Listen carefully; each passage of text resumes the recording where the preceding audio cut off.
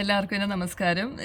ഈ വീഡിയോയിൽ ഞാൻ കാണിക്കാൻ പോകുന്നുണ്ടല്ലോ, ആദ്യത്തെ വീഡിയോയിൽ ഞാൻ കാണിച്ച എൻ്റെ ചൊരക്കയുടെ ചെടിയുണ്ടല്ലോ, അതെൻ്റെ ബാക്കിൽ കാണുന്നത്. പിന്നെ അതിന് പൂവുകൾ ഇപ്പോൾ കൂടുതൽ വന്ന് എന്നിട്ട് പിന്നെ കായും ചെറുതായിട്ട് വരാൻ തുടങ്ങി. എനിക്ക് ഭയങ്കര സന്തോഷം അത് നിങ്ങളെ കാണിക്കാനാണ്. പിന്നെ ഇതിന് പിന്നെ ഒരു ഇതെന്ന് വെച്ചാൽ ഞങ്ങൾക്കിവിടെ തേനീച്ച വരുന്നത് കുറഞ്ഞു, കാരണം ഇവിടെ ഒത്തിരി പൂക്കളില്ല ശരിക്കും.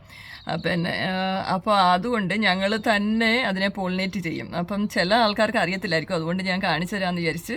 പിന്നെ ആൺപൂവും പെൺപൂവും എങ്ങനെ കാണാനെന്നും പിന്നെ എങ്ങനെയാണ് ഞാനത് പോളിനേറ്റ് ചെയ്യുന്നതെന്നും കാണിച്ചു തരാമെന്ന് വിചാരിച്ചു. അപ്പോൾ അത് കാണാം. അപ്പോൾ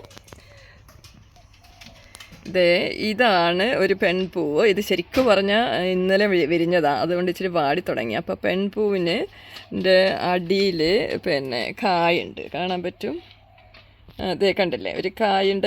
ഇത് നീളത്തിലുള്ള ചൊരക്കയാണ് വരാൻ പോകുന്നത്. അപ്പോൾ അതുണ്ട്. പിന്നെ ആൺപൂവെന്ന് പറയുമ്പോൾ പിന്നെ ഇവിടെ ഒരു പെൺപൂവിൻ്റെ ഒരു മൊട്ട് കണ്ടില്ലേ, കായ് ശരിക്കും കാണാൻ പറ്റും നമുക്ക്.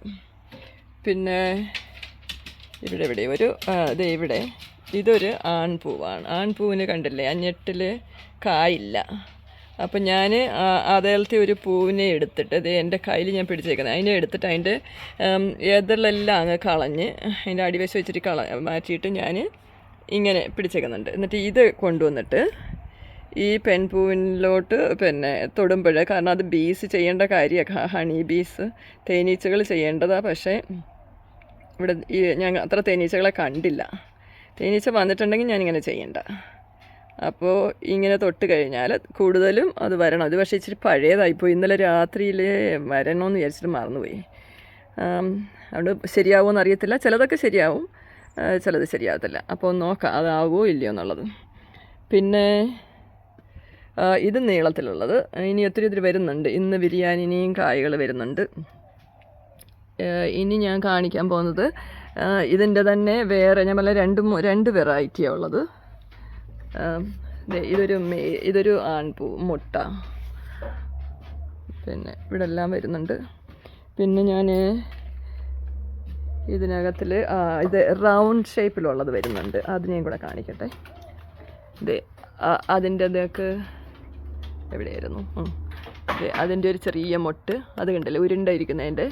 എന്നിട്ട് ഇതുണ്ട്, ഞാൻ കഴിഞ്ഞ ദിവസം പോളിനേറ്റ് ചെയ്തു. അപ്പോൾ കണ്ടില്ലേ കായ് പിന്നെ തൂങ്ങി തുടങ്ങി, അത് വരാൻ തുടങ്ങി. അന്ന് ഞങ്ങൾ പോളിനേറ്റ് ചെയ്തതാണ് അത്, ഞാനും ബാലയും കൂടി. അത് വർക്കായി. പിന്നെ ഇതുണ്ട്, അതിൻ്റെ മെയിൽ ഫ്ലവർ അവിടെ നിൽക്കുന്നത്, അത് ഇതിൻ്റെ മെയിൽ ഫ്ലവറാണ്. അപ്പോൾ ഇന്ന് ഇതിൻ്റെ പൂക്കൾ വല്ലതും വരുമ്പോൾ ഞാൻ എടുത്തിട്ട് അത് ചെയ്യണം, പിന്നെ പോളിനേറ്റ് ചെയ്ത് കൊടുക്കണം. അങ്ങനെയൊക്കെ ഭയങ്കര സന്തോഷം.